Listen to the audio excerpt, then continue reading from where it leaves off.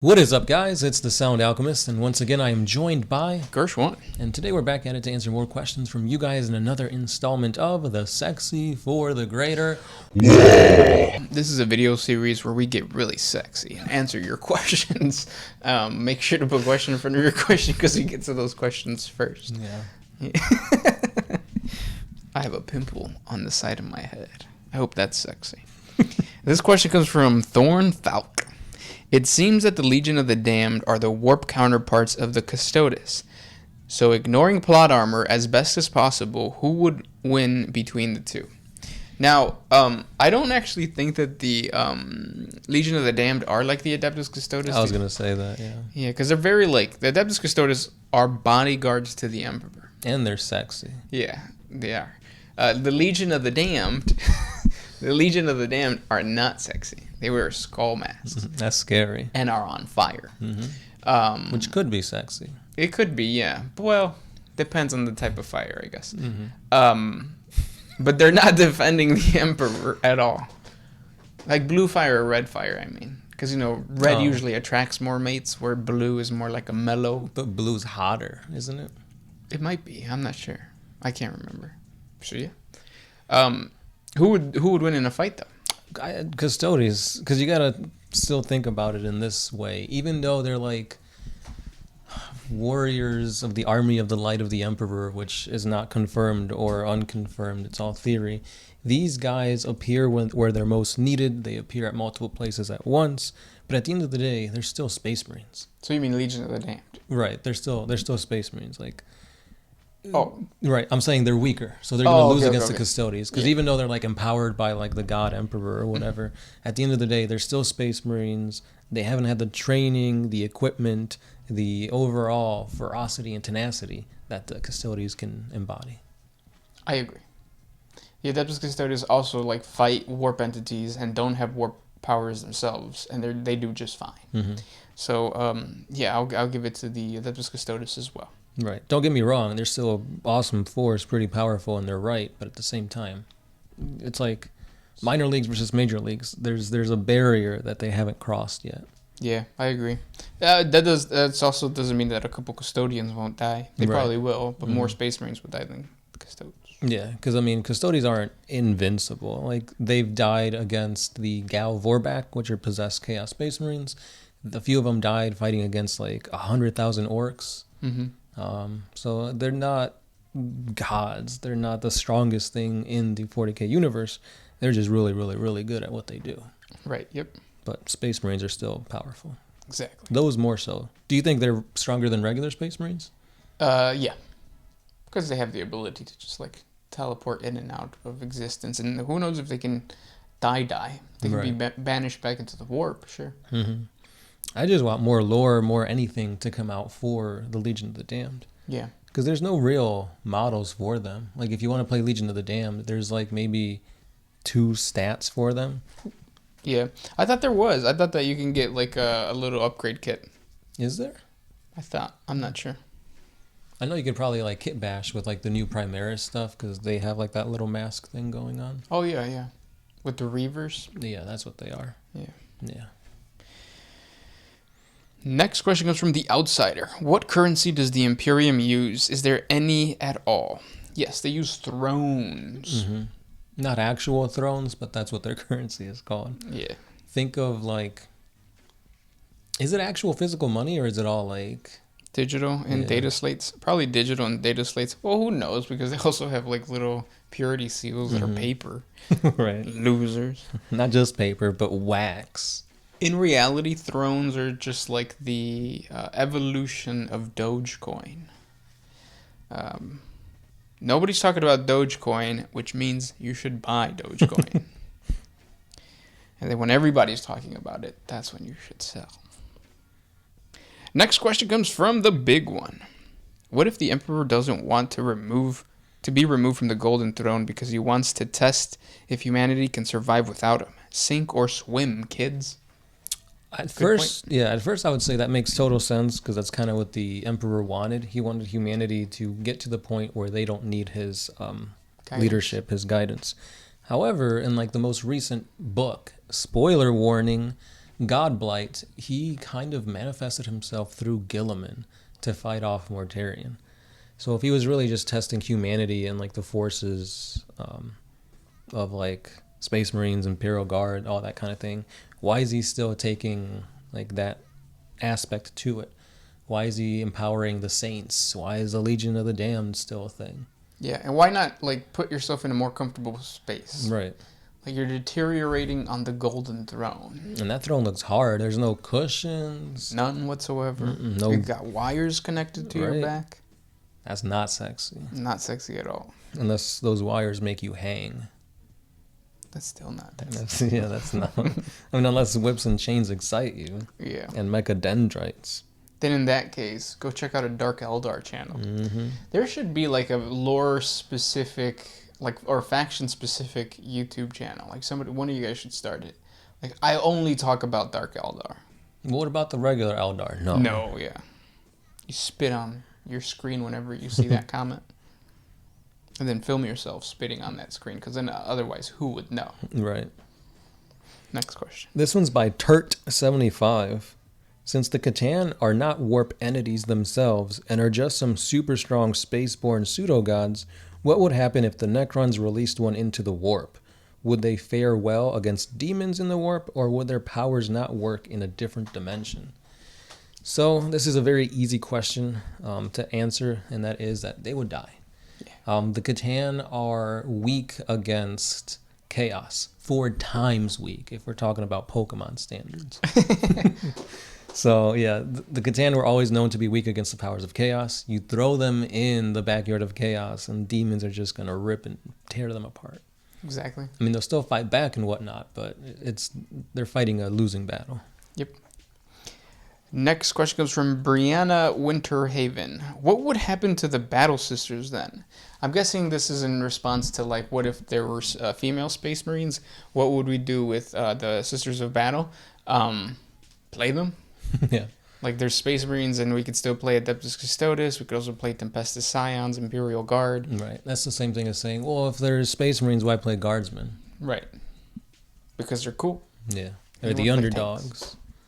Not just that, but, like, they've been getting a lot of love recently with their new Paragon war suits, that new High Lord, Morven Val. Like, they've got a new codex, new lore.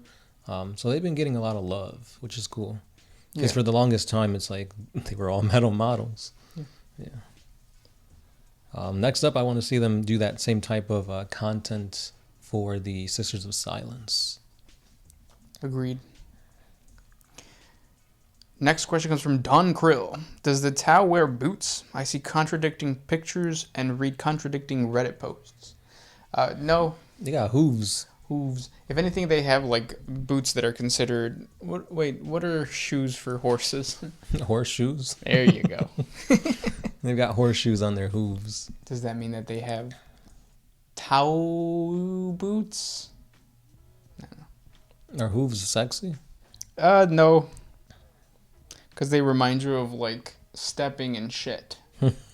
Whenever I've seen a goat, it's always stepping on shit or about to step on shit. There's like a nice pasture of grass. Nope. Go straight for the shit. Next question. This one's by PubSB. Oye Paisas, was Sanguinius tainted by chaos? I mean, his wings were probably a mutation caused by chaos, throwing the Primarks around the galaxy. Just saying. Saludos desde Puerto Rico, and yes, mojitos do suck. Oh, thank you. Yes, I agree 100%. The mint always gets stuck in the straw or the pulp. And it's just like, okay, I'm done with this drink. And that's a really good question. What was it? Sanguinius, is he tainted by chaos because he's got those angel wings? Oh, if you check out our 40 facts on the origins of Sanguinius, yes. Mm-hmm. He's tainted by chaos. So are a lot of the mutants on, what is it, Bal? Bal. Yeah. Yeah. And that just adds more flavor to his story, because it's like, even though he was mutated by chaos, look what it made him. An angel, a figure of hope, purity. Yep. Sexiness. Epitome of sexiness, yeah. Mm-hmm. Who also sucks blood, which is sexy. It is, yeah. If you're into that. Or not even, like, you could just, like, the threat of someone biting your neck. That's sexy. Yeah, because when you're engaging in the act of sexiness, you're giving away your body to the other person. It's true. They could bite you if they want to. Mm-hmm.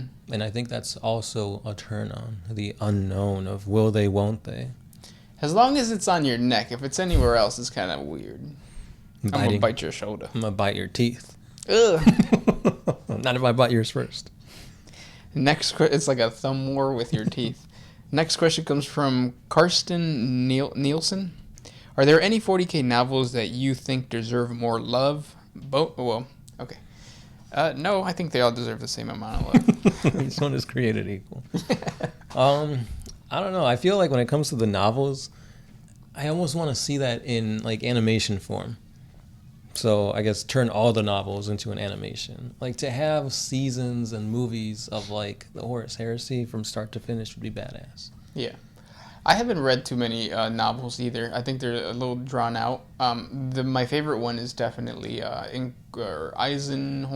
Xenos. Is it Eisenhorn? Or Eisenstein? No, Eisenhorn. Eisenstein is the ship. Oh, yeah. For the Plague Marines. They have bonus questions. What book should I pick up next? Oh, I just said it. Eisenhorn Xenos.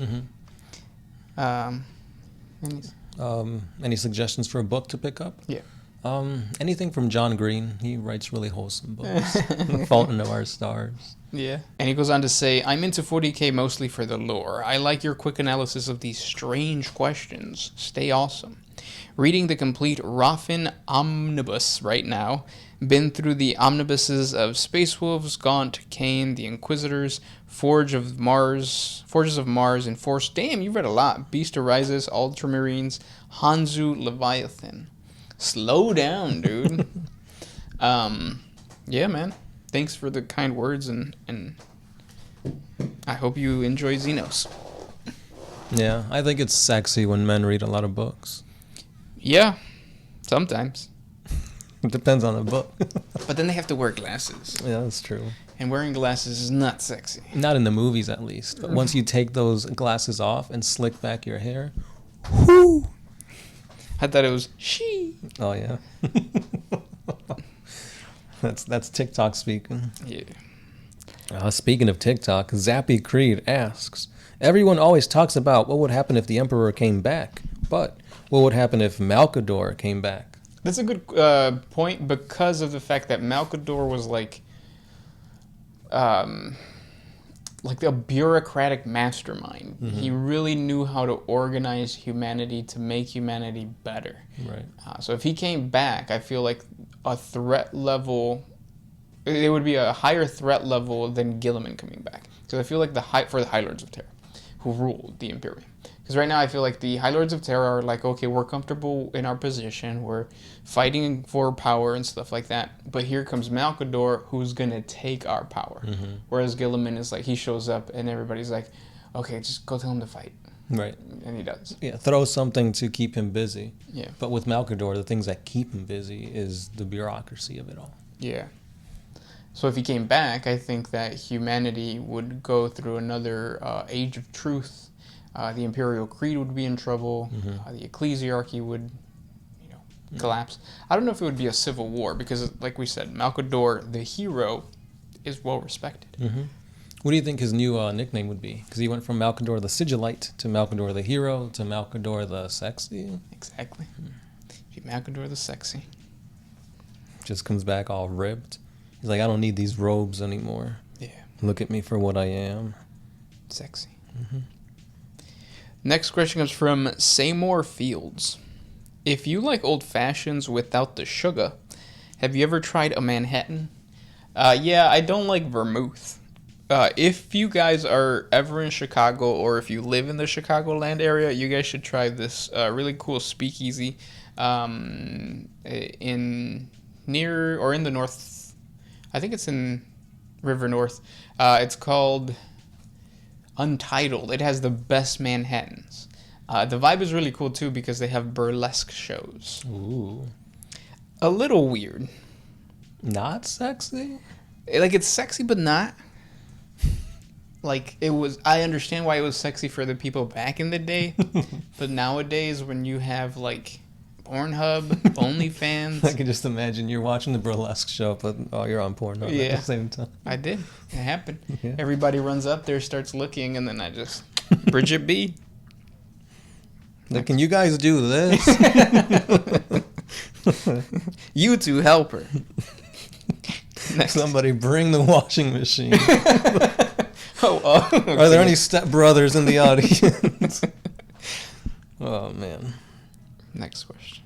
This one is by Guitars Rock Forever.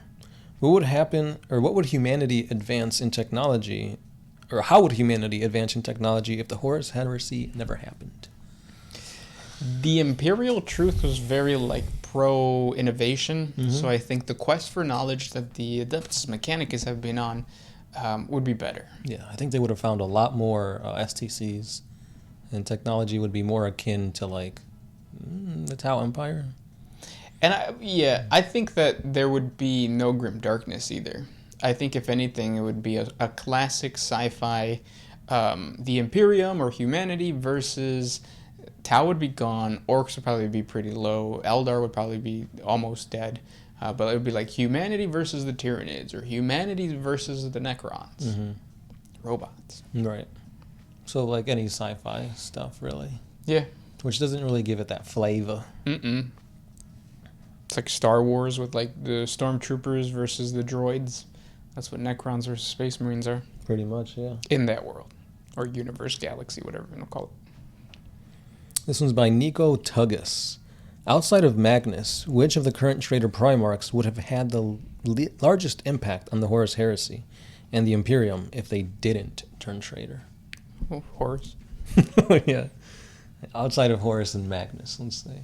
Because you can't have the Horus Heresy if Horus never turned traitor. Or Magnus if Magnus never went to Chaos. Right. I was gonna say Lorgar, but I'm not so sure about that now, because Lorgar was kind of the embers that became that roaring fire of the heresy. Yeah. Well, not Lorgar itself, but Erebus. like Erebus and his Corpharon. Yep. Other than the three major ones, I guess Angron, because Angron did a lot of work during the Siege of Terra. Yeah, he did. Fulgrim, because then he wouldn't have killed Ferrus Manus. Oh yeah, and then like destroyed the or during the drop site massacre, it wouldn't have been as bad.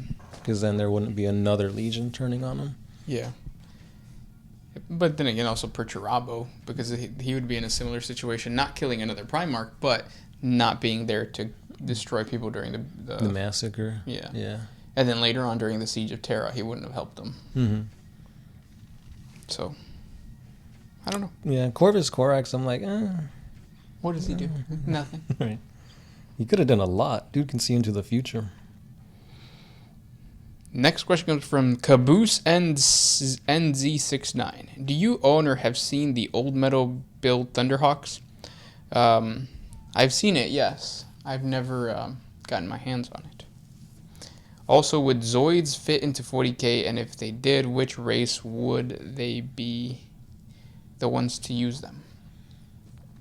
I feel like Tau would probably use Zoids. Yeah. How do they operate? Are they just robots? They're like, yeah, I think so. I haven't seen enough Zoids to know, but they're usually like animals that turn into robots.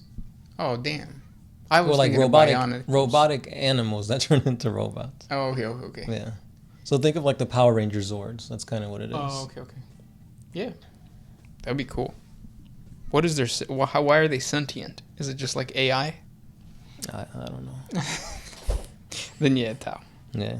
I mean, you got Metabots, Beyblade, and that's all I did. Zoids was like, that's a step too much. Bionicle, I'll pass. We were kind of old when Bionicle came out. We still, yeah. I still had some Bionicles, but we were kind of old. Right. Or no, we were in middle school, weren't we? Probably. That's when 40K kind of took her. Everybody's like, oh, Bionicles, and we're like, Grimdark. But a little Bionicle. Just one. Yeah. And those were the questions for today. If you guys have more questions for us, please comment down below. Thank you guys so much for listening. Mm-hmm. We'll talk to you tomorrow. Yeah, let us know who of you have gotten Bionicles. This is Gershwin. Sound Alchemist, and we're out.